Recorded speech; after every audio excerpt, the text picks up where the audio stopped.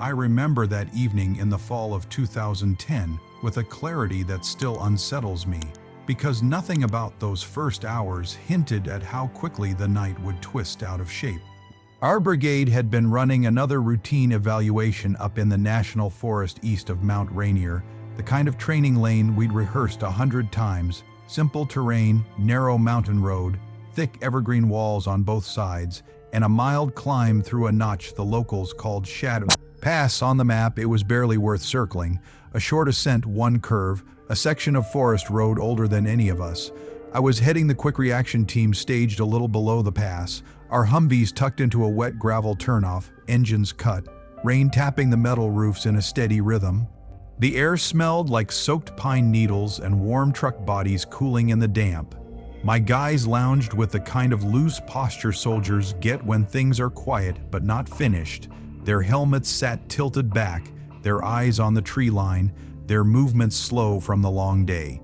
The first patrol had gone up only 20 minutes before with orders to check conditions on the ridge and report by 200. Simple, predictable, but the radio remained nothing but soft static, the kind that drifts in and out without urgency. It didn't feel strange at first, just a late check-in on a forgettable night. I had no idea how quickly that stillness would unravel.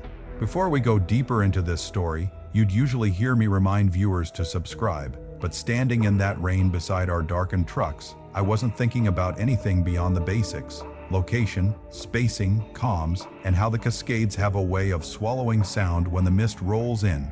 Our brigade used those forest roads for training precisely because they were quiet and empty. The old logging routes curled through the mountains in ways that forced you to trust your map and compass, not your intuition. Shadow Pass was barely more than a bump on the route. My team had spent the day checking fluids, tightening straps, testing radios, and loading blanks for the simulated engagements. Fog had begun drifting through the timber around dusk, flattening sound and giving the forest an almost padded silence. We convoyed from Lewis McCord before the light faded fully, weaving the trucks through switchbacks until we reached the night's start point. Temperatures dropped fast once the last of the daylight slipped behind the jagged ridgeline. Mist pooled low to the dirt like thin smoke. As the QRT, we stayed a mile or so behind the first patrol, far enough to avoid tripping their lane, close enough to push forward if they needed help. I didn't mind the assignment. It gave me time to watch how the younger scouts carried themselves, to take in the lay out of the land, and to pay attention to the small details that usually kept us from making mistakes. The road leading up toward the pass felt unremarkable, gravel mixed with cracked asphalt, a gentle rise on our left, a brush-choked drop to our right, and a wet quietness that made even our breathing sound louder. The whole place carried a faint metallic edge to the air, something sharp beneath the pine smell, though I blamed the truck's radiators cooling in the drizzle. Someone had mentioned earlier that the ridges out here caused strange radio shadows, but that was normal in mountain country. The Cotter had warned us not to trust GPS alone. Another standard line in the briefings. The first patrol rolled out a few minutes before 140. I watched their taillights slip into the fog and vanish around the curve. They were competent men, steady and calm, exactly the type you wanted moving through dark timber without guidance. My driver kept checking the net every couple minutes, static. My gunner rested in his turret harness, half awake, watching the faint outline of the ridge. A couple of the younger guys whispered about food, joking quietly, the kind of boredom that feels safe. I stepped out to stretch my legs. Mud tugged at my boots before letting go. That metallic scent drifted through again, faint but present. And again I brushed it off as truck heat bleeding into cool rain. I leaned against the fender and watched the curve ahead, the place where the road began its slow climb. The check-in time crept closer, 200 passed. I tried the patrol's call sign, and only the same soft hiss replied. No tension, no crackling distress, just nothing. At first, it felt routine. Maybe they'd pause to sort gear or walk a short segment on foot. But after a few minutes, the silence settled differently. The forest felt too still, the kind of stillness where even the rain sounds quiet. My driver looked at me as if waiting for a cue. I told everyone to hold position. There was no reason to move until battalion directed it. I walked a few yards toward the curve but didn't go far enough to break the lane. The incline was barely anything, just a small rise disappearing into pale mist. On the map, it was trivial. In person, it looked even smaller. It should have taken the patrol only a few minutes to crest it and report in. Yet standing there, staring at that bend, I felt something tighten, like the night had paused with us. When I got back in the truck, the radio finally crackled with battalion asking for our exact grid, our weather, any movement on the road. Their tone wasn't urgent, but something in it hinted they didn't like the silence either. They directed us to stay put while they attempted to reach the first patrol from a higher relay. A few minutes later, a Cotter truck pulled in behind us. Two evaluators stepped out, maps in hand, voices low. They asked details, basing, departure time, anything unusual. I told them everything had looked normal, nothing strange, nothing off. They exchanged a glance they didn't intend for me to catch. One of them pointed toward the pass, tracing the missing patrol's path with a finger. Hip only 100 yards or so, that small, that close. I leaned against the hood again, watching fog drift like slow smoke across the bend. Something about the shape of the incline seemed to shift depending on where I stood. Too steep one moment, too shallow the next. I told myself it was exhaustion and darkness playing games. They asked us to creep forward until we could see the start of the climb, but not enter it. We rolled a few meters up, gravel crunching beneath the tires. Then we stopped. The drizzle softened. The air felt cooler. The metallic smell returned, almost delicate. My gunner mentioned it before I could. We checked the truck for leaks, nothing. When the Cotter said the patrol's GPS had reached the saddle before freezing, not failing, I felt a cold line run down my spine. Coordinates don't freeze. They drift, bounce, drop, but they don't lock in place unless something cuts them abruptly. Minutes passed with no new radio traffic. The forest didn't move, no wind, no branch creaking, only the low hum of our idling breaths. Battalion finally told us to wait, hold position, do not advance. They wanted to avoid losing a second patrol in the same stretch. The word they used, missing, settled heavier than anything else that night. And so we waited, rain thinning to mist, headlights off, hands resting on our rifles, eyes fixed on a curve that should have been harmless. A quiet so deep it felt arranged settled over the pass, and somewhere beneath it, though I didn't admit it yet, something in the air felt wrong. Something in the stillness felt like it was listening. The evaluators pressed me for any detail I might have missed, but there was nothing to give them. No strange behavior, no engine trouble, no sign the first patrol had been anything but steady when they rolled toward the incline. Still, their eyes carried a worry they tried to hide, a tightness around the jaw that told me the silence on the net was beginning to feel heavier than a late check-in. They stepped aside to compare maps again, one tracing a finger along the tiny stretch the missing patrol should have cleared in minutes. A distance so small it felt absurd to even discuss. I leaned against the hood of our Humvee, watching the mist shift over the road, and the longer I watched, the stranger that curve looked, its angles seeming to stretch or flatten depending on the breath of fog passing over it. I blamed fatigue, darkness, and nerves, but the unease stuck. Battalion came over the net again, this time instructing us to inch forward until our headlights could illuminate the start of the incline without committing any vehicle into the pass. That kind of measured caution wasn't procedure unless someone already suspected something was off. My driver rolled us up slowly, tires grinding across wet gravel. We stopped just short of where the road began its rise, the mist clinging thick to the bend. From here, we should have easily heard a truck engine descending, any engine, even idling, but only the quiet drip of rain reached us. The air felt colder, the kind of cold that creeps under your collar, and the metallic tang we'd noticed earlier drifted past again, sharper now, as if carried by a current we couldn't feel. My gunner wondered aloud if our own vehicle was leaking fluid. I checked, finding every line clean, every gauge steady. The Cotter vehicle idled beside us while its team stepped out again, one mentioning that the missing patrol's GPS tracker hadn't died or lost signal. It had simply frozen in place at a point near the saddle. No drift, no anomaly codes, just a perfect lock, as if time had paused for the device. That explanation sat wrong with all of us. GPS errors happen, but they have fingerprints, drops, spikes, erratic jumps.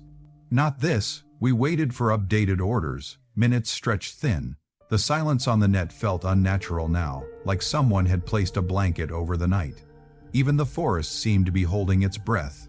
No branches swayed, no birds called, no wind moved through the needles. Finally, Battalion instructed us to remain exactly where we were until they could coordinate a sweep from the far side of the ridge.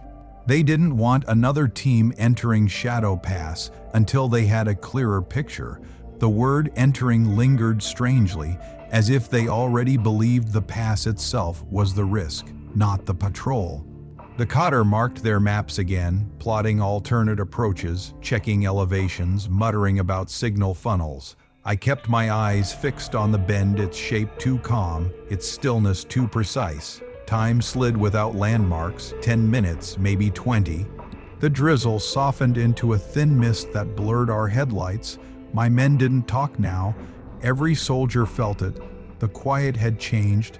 This wasn't field silence. It was the kind that sinks into your skin, pressing down with an unseen weight. Then, without warning, Battalion suspended the entire training lane. No more movement from any unit except us. They wanted the mountain road empty in case the missing patrol's Humvee rolled back under its own power. The phrasing struck me because they didn't say if the patrol called in or if they re-established contact. They said if the vehicle returned, not the men, the vehicle. That was the first time the hair on my neck rose. We cut our engine. The darkness wrapped tighter around the road. Rain hissed softly against the hood. Every few seconds, our cooling engine ticked. A familiar sound, yet it echoed strangely through the quiet, crisp and hollow. My gunner leaned down and whispered that something at the top of the bend had shifted. A shadow, a shape, or maybe just a darker patch of fog. I stared hard at the incline, seeing nothing at first. Then something materialized in the mists, low, gliding, unlit. A Humvee, rolling down the slope with no headlights, no engine noise, its tires moving over gravel without sound. It descended like it had been nudged gently by invisible hands. My team spilled out silently, forming a loose line along the road. No one raised a weapon. Training instinct held us in check. If the patrol had lost power and was coasting back, the last thing we wanted was a nervous finger sending rounds into an empty night. But even before the Humvee stopped, I knew something was terribly wrong. Vehicles don't coast uphill or downhill without the distinct crunch of rubber on wet stone. They don't glide. They don't move like air pushing a cardboard toy. The Humvee slowed near us, easing to a stop as softly as if it had been set down, not rolled. I approached the driver's door, calling the patrol's names into the quiet. No movement, no reply. Rain tapped the roof. Mist curled around the bumper. I opened the door. The hinges creaked, but not the familiar rough metallic groan of field-worn trucks. This sound was thin, almost delicate. The cabin was warm, far warmer than it should have been for an engine that hadn't run. Seats empty, gear neatly in place, weapons racked, radios hissing quietly, powered but not transmitting. The metallic scent we'd noticed all night clung thick inside the cabin, sharp and cold at the same time. My driver checked the engine block. It was warm, freshly warm, but behind the vehicle, the mud held no tracks, none. No impressions, no disturbed gravel, no sign it had rolled even a single meter. It was as if it had manifested at the base of the incline, already warm, already humming faintly with leftover heat. The Cotter swarmed it immediately, snapping photos, checking numbers, firing off clipped radio updates with voices tighter now, stripped of the previous comm. Battalion responded instantly, shifting posture. They ordered us to hold ground and await reinforcement from the far ridge. And then, after a pause heavy enough to hear the rain between the words, they added that we should prepare to advance the pass on foot if necessary. They didn't sound hopeful, they sounded resigned. I stepped back, the warm cabin air brushing past me like breath from something unseen, and I understood. Whatever had come down that slope wasn't bringing anyone home. The door hung open beneath my hand.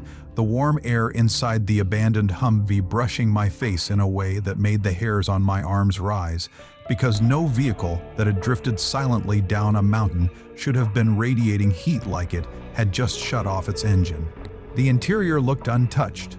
No sign of a struggle, no gear out of place, rifles still locked into their racks, straps tight, radios powered but whispering only a thin wash of static. Yet the smell inside struck harder than anything else. That sharp metallic scent we'd noticed earlier, now concentrated, almost thick enough to taste.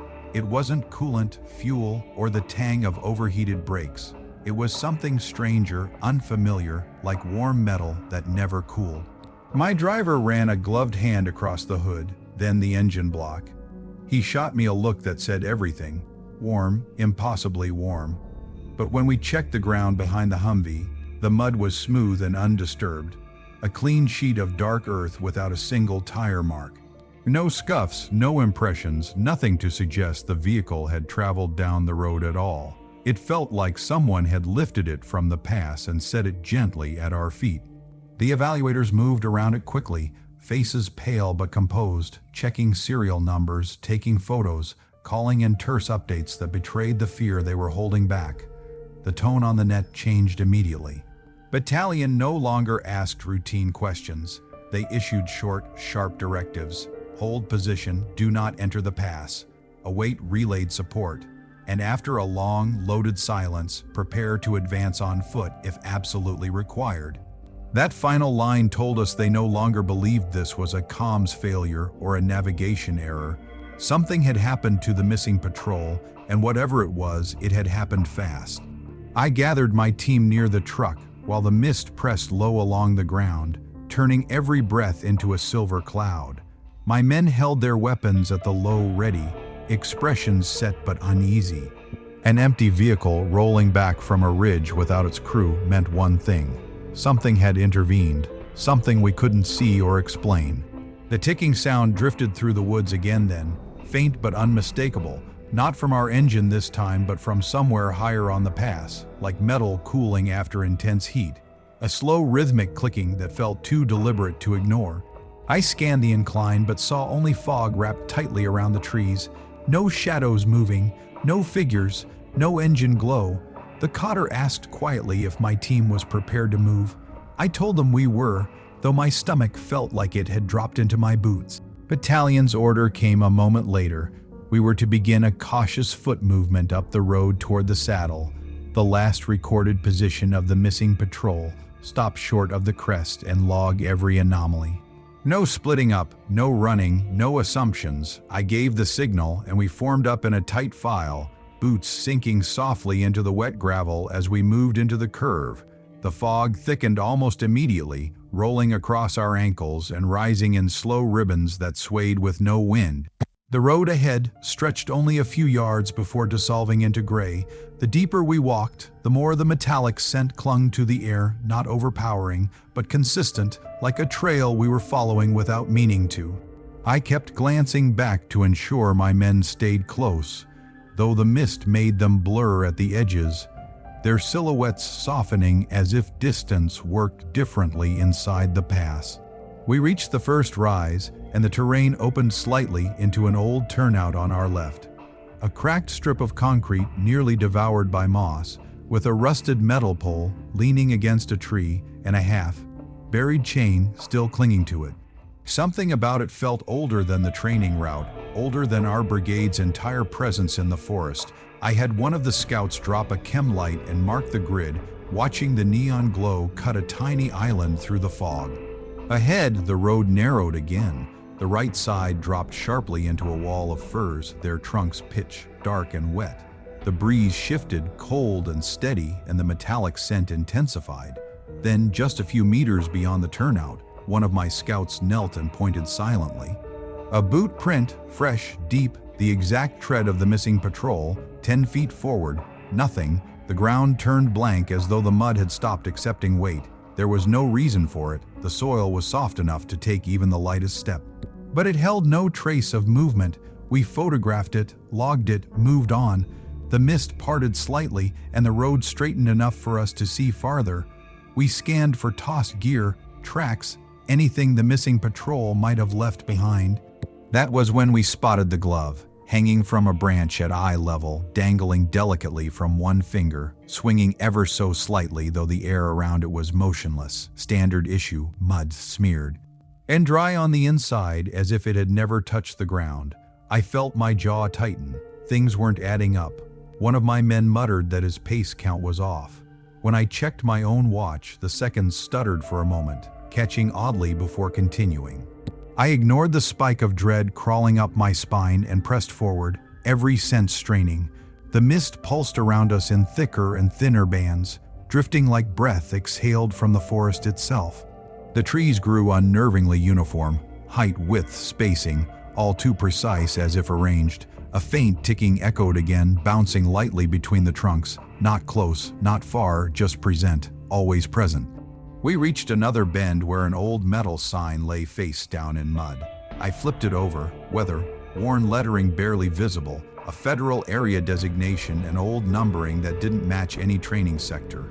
My gunner swept his light up the slope, freezing suddenly. He whispered my name, voice tight. Tire tracks, deep ones, old but not ancient. Heavy vehicles, heavier than Humvees, had once crossed the slope in a line that didn't match any existing road.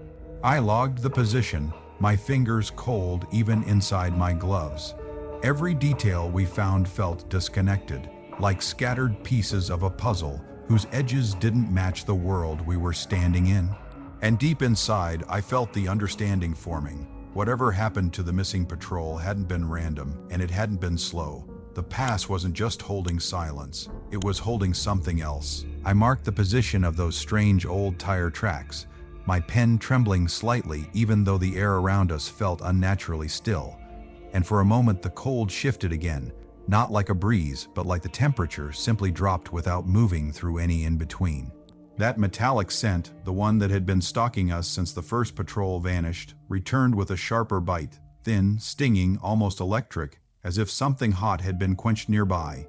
I forced myself to breathe slow and keep the men tight behind me as we pushed farther toward the saddle point, the place where the missing patrol's GPS had frozen with impossible precision, and the mist around us thickened in a way that made the forest feel closer, heavier, as though the air itself had mass. The ticking sound drifted again, soft, measured, patient, like an engine cooling behind a closed door, except there were no doors, no engines, nothing but trees and fog.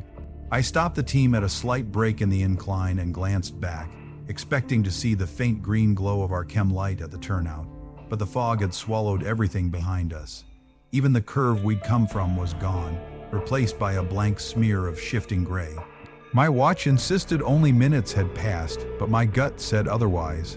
I turned toward the saddle just as one of my scouts whispered urgently.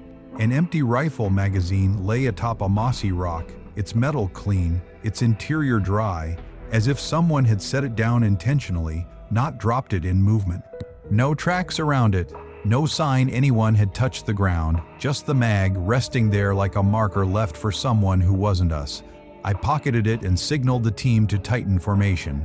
We were nearing the point where the missing patrol had simply stopped existing. The forest pressed in harder, a kind of quiet that felt aware, not natural. Step by step, breath by breath, the trees parted just enough to reveal the flat stretch of earth forming the top of Shadow Pass. The saddle wasn't wide, maybe the size of a small parking area, before the road dipped into darkness on the far side. That was where we saw them. 3 Humvees, parked in a straight line along the right edge near the drop. No headlights, no open doors, no skid marks, no crushed brush, no chaos.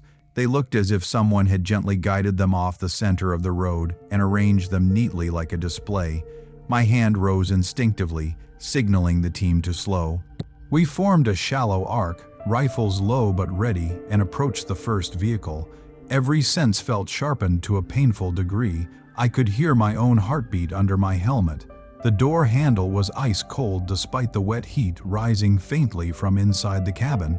I opened it and leaned in. The interior was bone dry, not damp, not humid, dry, as if the cabin existed in different weather than the forest around it. A map lay open on the passenger seat, a ridgeline circled in red, and beneath it a handwritten note in a style I didn't recognize. It was not the writing of any man in that missing patrol.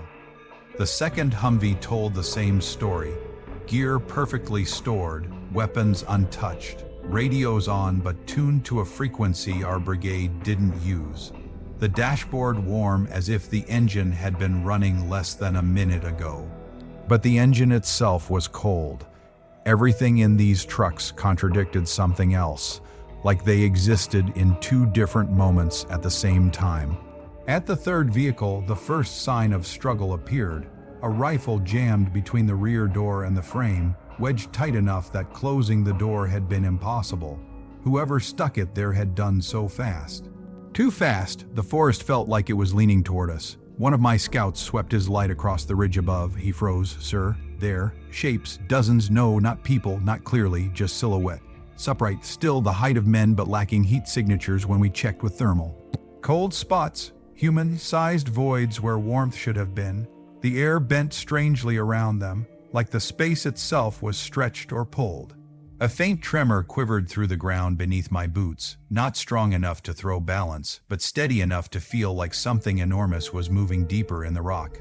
The ticking followed, timed perfectly with the tremor, unhurried, deliberate. I forced myself to keep my breathing, even as I circled the last Humvee and called in what we'd found. The net cracked with static, then opened long enough for battalion to acknowledge. Their voices were tight, clipped, professional in a way that comes only when fear is being buried under protocol. They asked the question no one wanted to say out loud. Any sign of the patrol? I answered, no. No bodies, no gear, no tracks, no movement, nothing but vehicles left behind like shed skins. They told us to hold position. Wait, stay sharp. But even before the message finished, the radio cut back to static, and the silence that followed was so perfect it felt manufactured. I turned a slow circle, my boots sinking slightly into mud that held only our prints. Nothing from the first patrol had touched this ground, not one step, not one drag mark, not one sign that human beings had left these trucks under their own power. It was as if they had been erased cleanly, lifted out of their seats and removed from the world without disturbing a single blade of grass. The mist around the saddle shifted in thin strands, forming shapes that vanished the second you tried to focus on them. A scout looked at his watch and frowned, saying his hands had stopped, then jumped forward. I looked at mine. Its second hand twitched as if trying to correct itself. The fog coiled through the trees with purpose now, like something moving with it, not within it. I walked the perimeter again, circling the trucks, searching for anything that resembled a normal explanation. But the night offered none. The vehicles sat like silent witnesses, arranged in a row by hands that left no fingerprints. Whatever had come through Shadow Pass hadn't frightened the patrol, it hadn't chased them, it had removed them cleanly without force or panic or trace, and the waiting stillness around us told me, with a certainty I'll never be able to explain, that whatever took them wasn't finished. The mud around the 3 abandoned Humvees remained eerily smooth, except for the marks we'd made ourselves, as though the entire saddle had been wiped clean before our arrival. And while I tried to convince myself that erosion or rain could explain the perfect surface, the metallic scent drifting low across the ground made that lie impossible to swallow. It came again, stronger, colder, heavy, rolling over our boots like a thin cloud hugging the earth, and I felt every man around me stiffen as if that smell alone carried intent. I turned toward the far end of the pass where the road began its steep descent into the deeper timber, a stretch so dark it seemed to swallow the weak beam of my flashlight. Something in me strained toward that direction, not curiosity or courage, but the awful pull of unfinished orders. Yet battalion hadn't cleared us to push forward, and everything in my body screamed that moving deeper into that darkness would end whatever fragile hold we still had on the situation. One scout lowered his head, whispering that he could hear something on the far slope. Not footsteps, not movement, but the same soft, rhythmic ticking we'd heard all night, drifting faintly through the trunks like metal cooling in a dead engine. At this point, the sound had become part of the place, a signature the pass kept repeating with quiet confidence. I stepped back toward the line of trucks, taking them all in again. The warm dashboards inside cold cabins, the radio tuned to a dead frequency, the rifle wedged in the third vehicle's door as if jammed there mid-panic, the map marked by a stranger's handwriting, and felt the night changing shape. Around us, just then the radio crackled, battalion's voice clipped and tense. They told us a senior officer was on his way up from the main operations area and that we were to hold position until he arrived. They didn't ask for more details. They didn't question anything we had seen. It was the kind of order that suggested people far above our rank already suspected what we could not articulate. When the message ended, the fog around us stirred like something breathing out, thinning long enough for a narrow gap to appear between two fir trunks on the far side of the pass. Through that slit in the mist, I caught sight of something unnatural, an angled slab of concrete far back among the trees, not shaped like a rock, not grown like part of the forest, but built, a wall. A structure, a relic of something no training map had ever marked. Before I could step closer, the fog closed, sealing the gap as if the woods had swallowed the view on purpose. I stared at the spot long after it vanished, trying to make sense of the direction, the distance, the weight behind what I'd seen. No explanation fit. We waited in the saddle, ringed by fog and silence, with the missing patrol's trucks behind us, and that concrete image burned into my thoughts. The ticking came again, steady, soft, confident. We didn't speak. The forest listened. After what felt like 20 minutes, but what might have been 10 or 40, the net flared again. A short message. Orders altered. We were to fall back to the turnout where the old moss-covered barrier stood. No further search, no deeper push, no advancing toward the far slope. The abrupt shift in command hit me harder than anything we'd seen so far. Someone higher had decided we shouldn't be near the saddle when darkness thickened fully. I signaled the withdrawal, and we began moving down the same road we had climbed earlier. But the fog had changed while we were examining the vehicles. It had thickened into rolling sheets that erased shape and distance. Our lights pierced only a few feet before dissolving into gray. We walked slowly, keeping tight formation, counting our steps in our heads to measure progress without relying on the shifting visuals. Yet the descent didn't feel like a descent anymore. The slope seemed flatter, the curve farther away, the grade unfamiliar. More than once I reached out to touch a tree trunk only to find empty air, the fog playing tricks with depth. The metallic scent pulsed in thin waves across our path, drifting like it was being exhaled by something moving just beyond sight. Then the air dropped colder without warning, so abruptly that the breath in my chest felt like it crystallized. I heard one of my men mutter that he didn't recognize the angle of the road anymore. Another whispered that the chem light we'd left should be visible by now. But the more we walked, the further that familiar landmark seemed to slip away. We reached a point where the broken concrete barriers should have been visible, massive moss-covered chunks impossible to miss, and found nothing. No turnout, no barriers, no indent in the earth suggesting a pull-off had ever existed. Just unbroken forest and fog where a clearing had been. I halted the formation, my throat tightening. Land doesn't move. Barriers don't vanish. Roads don't rearrange themselves between breaths. Before I could call battalion, the radio hissed sharply, then cleared, not with the voice of our command, but with a calm, unfamiliar tone speaking a single phrase that none of us recognized. Then silence. Every man turned to me. I had no answer. A faint vibration passed through the gravel under our boots, soft but undeniable, like a muted engine rumbling deep beneath the ground. The ticking followed, louder this time, as if whatever made that sound had drifted closer. I turned toward the forest on our left. Shapes, dark, upright, still, stood among the trees, not people, not animals, just silhouettes where nothing should have been, watching, waiting. The fog moved around them but never over them.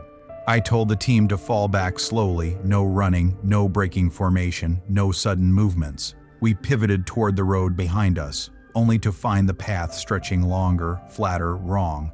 The forest had shifted again.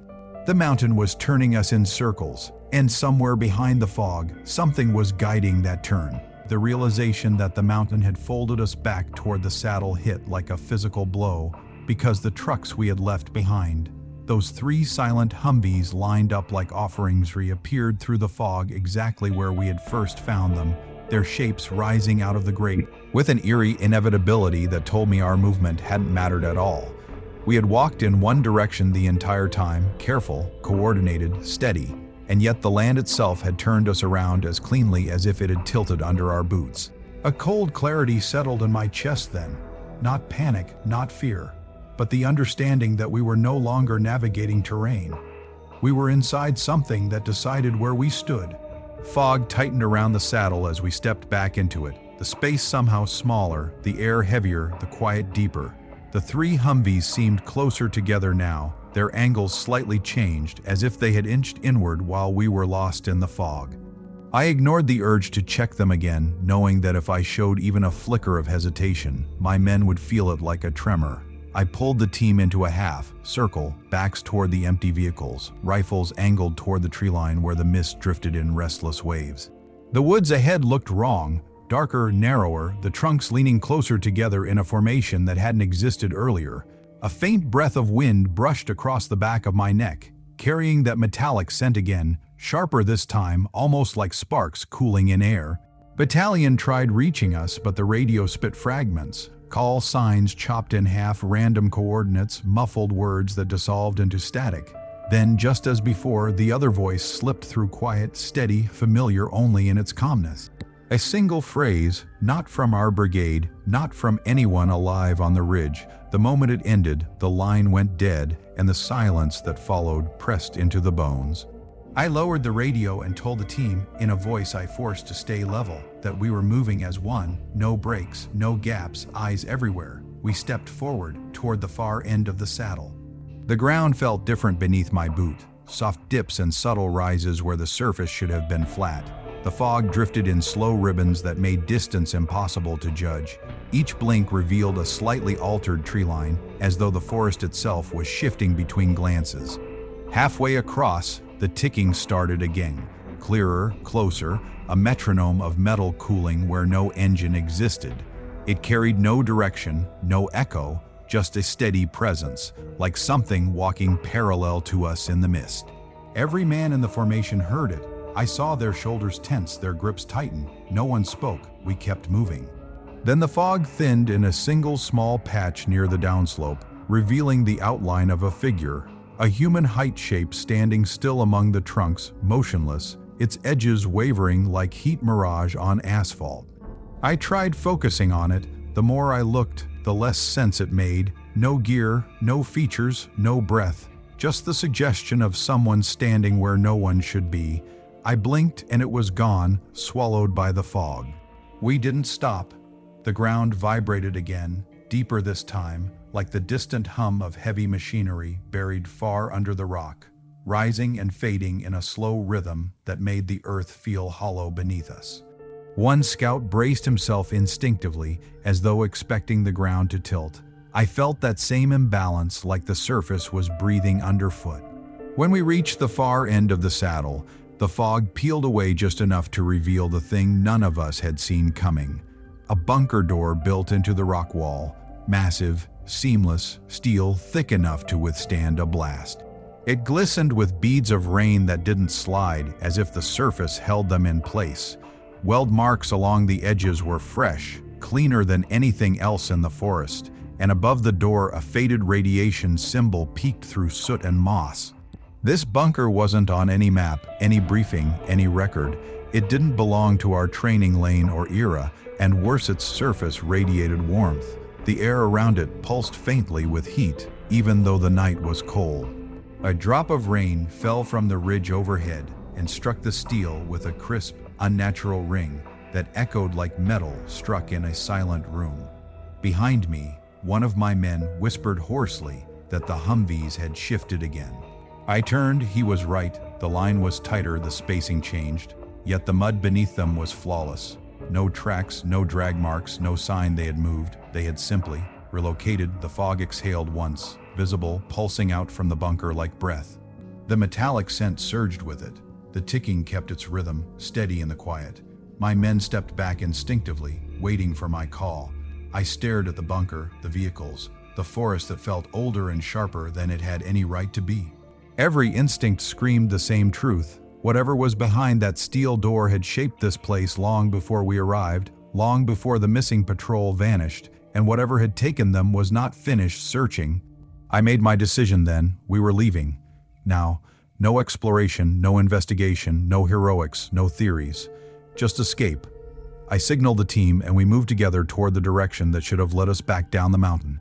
The moment we stepped away, the fog snapped shut behind us like a curtain dropping. The air cooled instantly, the ticking softened. For a few breaths, the night almost felt normal again. But as we descended, the road bent wrong, the slope stretched, and the fog moved with us, not around us, drifting like something escorting us out, or steering us elsewhere. We pushed through it step by step, refusing to let formation break, forcing the path to take shape under our boots. And then, at last, the mist split open, revealing the faint flicker of our flare marker in the distance. The trees were ordinary again. The road matched the map. The forest smelled like pine, not metal. We weren't free because the mountain released us. We were free because we fought our way out. I didn't let myself feel relief, not yet. Not while the bunker still pulsed behind us, not while the pass remained quiet. Not while the night watched. By the time we reached the lower stretch of the mountain road, the fog was thinning just enough for the familiar outlines of our own Humvees to materialize through the drifting gray. Their shapes steady and solid in a way that felt almost unreal after the shifting terrain above. The Cotter truck sat waiting beside them, doors open, headlights dark, the evaluators standing stiffly in the wet gravel with their maps clutched tight against their chests. The moment they counted my men and saw every one of us still intact, their expression shifted, not with relief, but with the grim acknowledgement that something had gone very wrong far above the pass. I gave a quick breakdown of what we'd found: the empty vehicles, the lack of tracks, the warm dashboards, the impossible shifts in distance. I kept the explanation sharp and factual, holding back the details that made no sense until the officer in charge pressed for them. When I finally mentioned the bunker built into the ridge, the strange radio voice, the vanishing turnout, and the repeating metallic scent drifting through the trees, the evaluators wrote silently, their pens moving fast but their eyes showing nothing. It was as if they'd been warned to expect a story they wouldn't be allowed to react to. More trucks rolled in from the command post, and a medical team moved through us with practiced efficiency, checking our pupils, our breathing, our vitals, asking clipped questions about exposure, environmental hazards, chemical smells. Their tone didn't match their words. It felt like they were verifying something they already suspected. One medic paused at my wrist, frowning as he felt the heat in my skin despite the cold air. He jotted a note and stepped away without comment. Higher staff arrived minutes later. They didn't ask us to go back. They didn't organize a second search. They sealed the pass immediately. No movement, no recovery attempt. No climb back toward the saddle where the missing patrol's trucks still waited like ghosts lined neatly in the fog. They loaded us into our vehicles and escorted us down the mountain in silence, the convoy rolling slow, headlights glinting off wet branches, every man staring at the tree line as though expecting shapes to appear between the trunks. When we reached the staging area, the senior officer met us. He spoke quietly, his expression carved into something unreadable, and asked me to walk him through the entire timeline from the moment the first Humvee returned on its own. I repeated every detail. He never interrupted. He just listened with the stillness of someone hearing confirmation of something he'd already feared. When I finished, he ordered me to put it all in writing twice, and dismissed me without another word. Our brigade commander arrived just before dawn, his uniform soaked at the shoulders from the walk down the gravel lane. His voice was brief, cold, rehearsed. The incident would be reviewed by authorities above brigade level. We were to share nothing outside the official chain. Questions ended there, no room for debate, no mention of the missing patrol by name. The next morning, the official explanation rolled in: a training accident caused by unstable terrain and a possible rock slide. It was a lie so blatant it felt insulting. There had been no slide. The road had been intact. The forest had been too still. The saddle too clean. But the paperwork was already moving, sweeping over reality like a tarp pulled tight. The 3 empty Humvees were hauled away under heavy coverings. No photos permitted. No discussions allowed. Their serial numbers vanished from the inventory list by noon. By the end of the day, men in plain clothing, not uniformed, not announced, arrived to collect our GPS trackers, our radios, even our personal watches. My own watch, still carrying the faint scratch from where the second hand had glitched, disappeared into one of their black cases. It was replaced with a generic model without explanation. In the days that followed, the questions from higher grew stranger. Did the fog move in patterns? Did the air feel layered? Did any of us hear metal cooling where no engine stood? They weren't looking for tactical details. They were confirming something else, something older, something buried. When I checked the updated training logs, Shadow Pass had been reclassified. The grid shifted. The description rewritten, the entire lane shortened, the old turnout removed from the map as though it had never been carved into the hillside. Even the ridge markings didn't match what we'd walked through. It was as if the forest itself had been rewritten on paper to hide the parts that didn't fit. My men became quieter as days passed, not frightened, just aware that no one would ever believe what we'd seen. Some asked to speak with officers above battalion. They were told the same rehearsed line: fog, unstable ground, unfortunate loss. One tried again, harder. He was sent home early for medical stress, and none of us pushed after that. But the mountain didn't let us forget. Stray reminders kept appearing where they didn't belong. A cracked radio faceplate stamped with the missing patrol's call sign in a supply crate that had been inventory checked twice. A torn name tape from one of the lost scouts found in a motor pool toolbox no one admitted opening. Items that slipped back into our world like the forest had decided to return them one piece at a time. I kept watch over my men as best I could, but there was one moment I won't forget, walking alone past the motor pool one damp night after final checks, hearing a soft, steady ticking drift from an empty parking stall. No truck sat there, no engine cooling, just the same sound from the pass, the same rhythm that had followed us through fog and silence. It faded when I stepped closer, leaving only the scent of cold concrete and a faint metallic breath hanging low in the air. Within weeks, new rotations arrived. Old ones transferred out. Shadow Pass disappeared beneath layers of revised maps and sealed orders. The official story hardened. The patrol became a footnote in a closed file. But the men who walked that ridge with me carried the truth in a place deeper than paperwork. We left the mountain with our formation intact, but not untouched. Something stayed behind in the fog, waiting, watching, marking the place where answers should have been. And every so often, when rain cools the hood of my truck and night settles a little too quietly, I hear that soft ticking again and know the pass didn't finish its story. It simply let us go, and that's where the trail ends. At least, the part anyone will officially admit. Whatever moved through Shadow Pass is still out there, still waiting in the mist, still listening for the next engine that dares to climb that ridge. If you want more stories pulled from the quiet places the world pretends don't exist, make sure you hit that subscribe button, tap like, and leave a comment telling us where you're watching from. This is Captain Rebel signing off. Stay sharp. Stay ready, stay alive out there.